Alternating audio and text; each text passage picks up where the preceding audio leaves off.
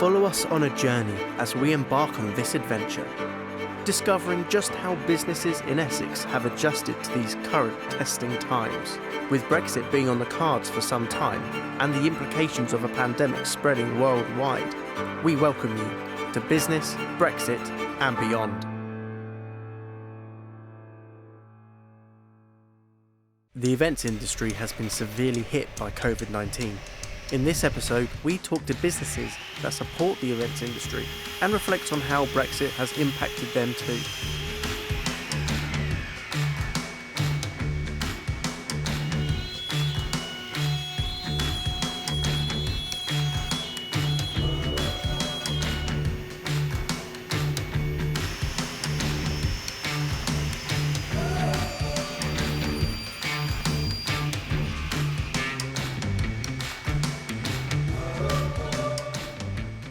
Piopo was established in 2009, and our primary focus at the beginning was to assist Italian companies in the UK installing for events and retail.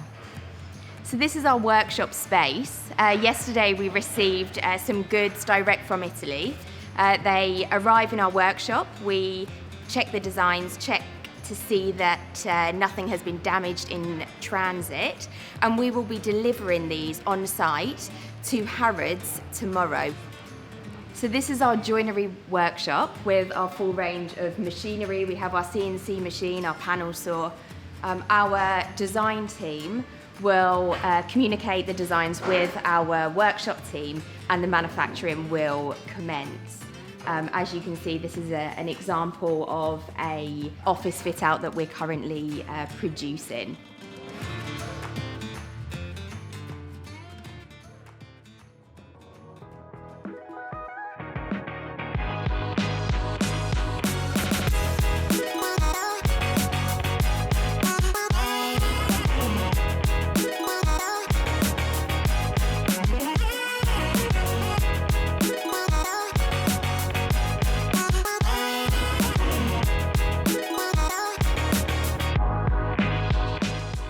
UIS started in 1994. I started it in my bedroom, in a two-bedroom flat.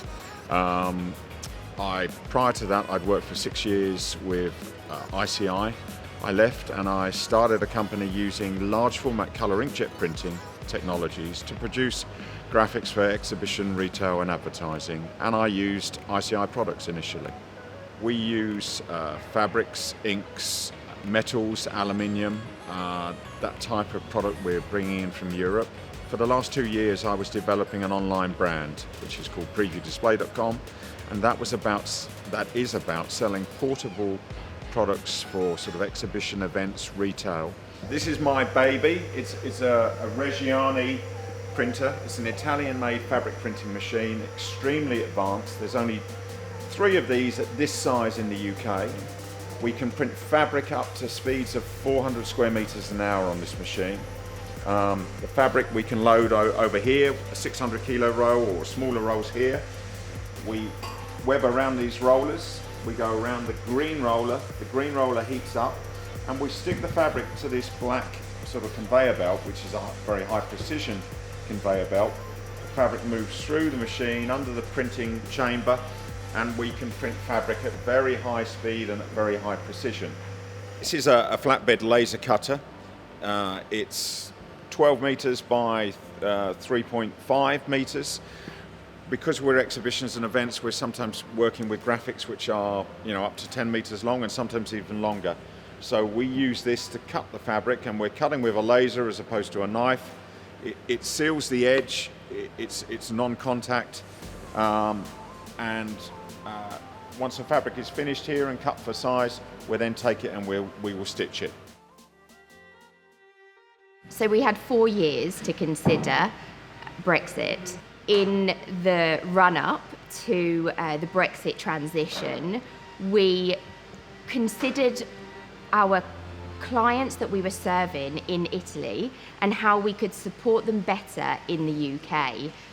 The main impact of Brexit on trading of our business with Europe has been, I would say, the exchange rate.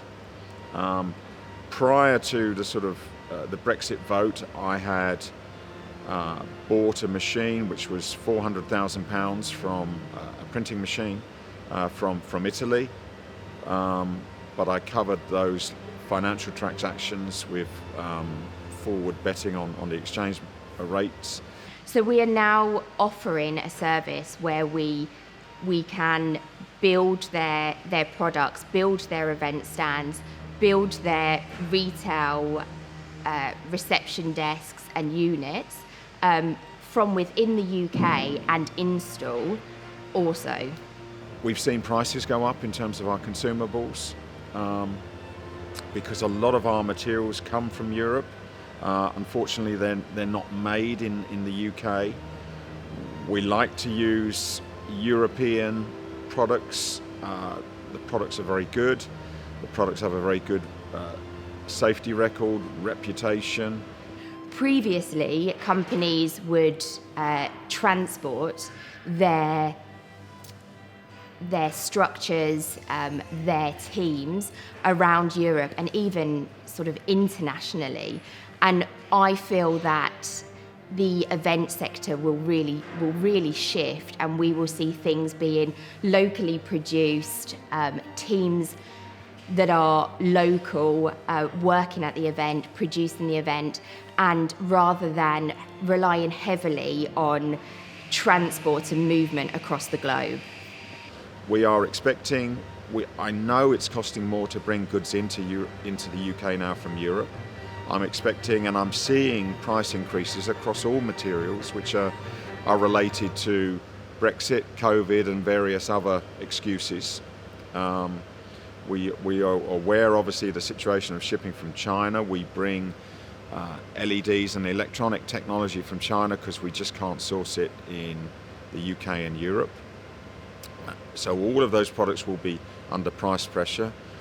We expect all of our customers to be under sort of threat from other suppliers. We've got very good relationships and we're valued and we value them. So that will be our defence. So I think it's really important that we consider the positives from Brexit, and therefore we have taken this opportunity to really grow our offering within the UK, to look at our client base in Europe, to communicate with them properly and let them know what we can do to support them within the UK.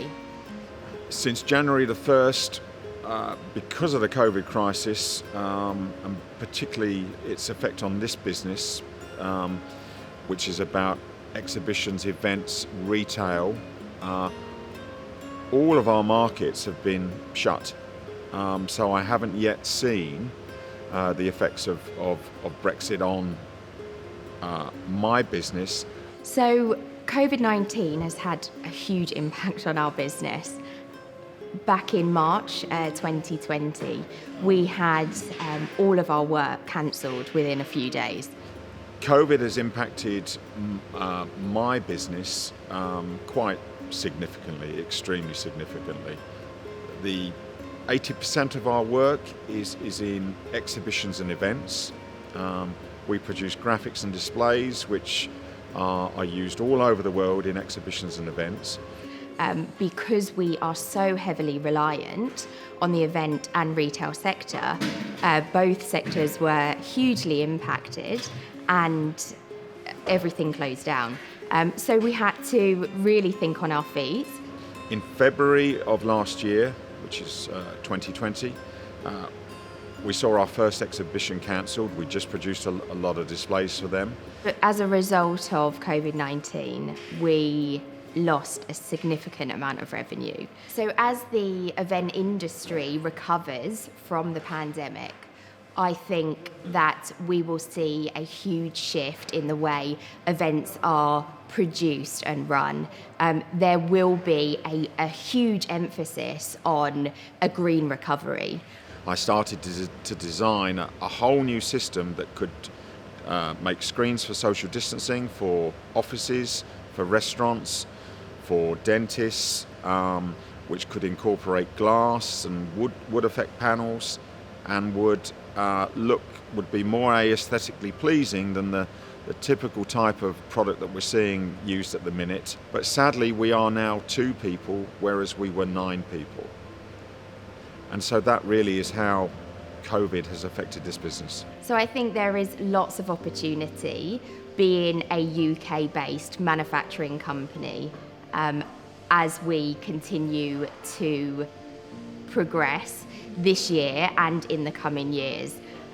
We see us very much being a UK-based business that offers really high-quality joinery and installation services that we can provide for our European clients. The future of our industry going forward is I would say, I expect maybe 60-70% of our work to come back. But in terms of, given that a large percentage of our work is exhibitions and events, I really don't expect exhibitions and events to come back until maybe starting June and July, but minor events, a few more in September, but really probably January, February, March of 2022.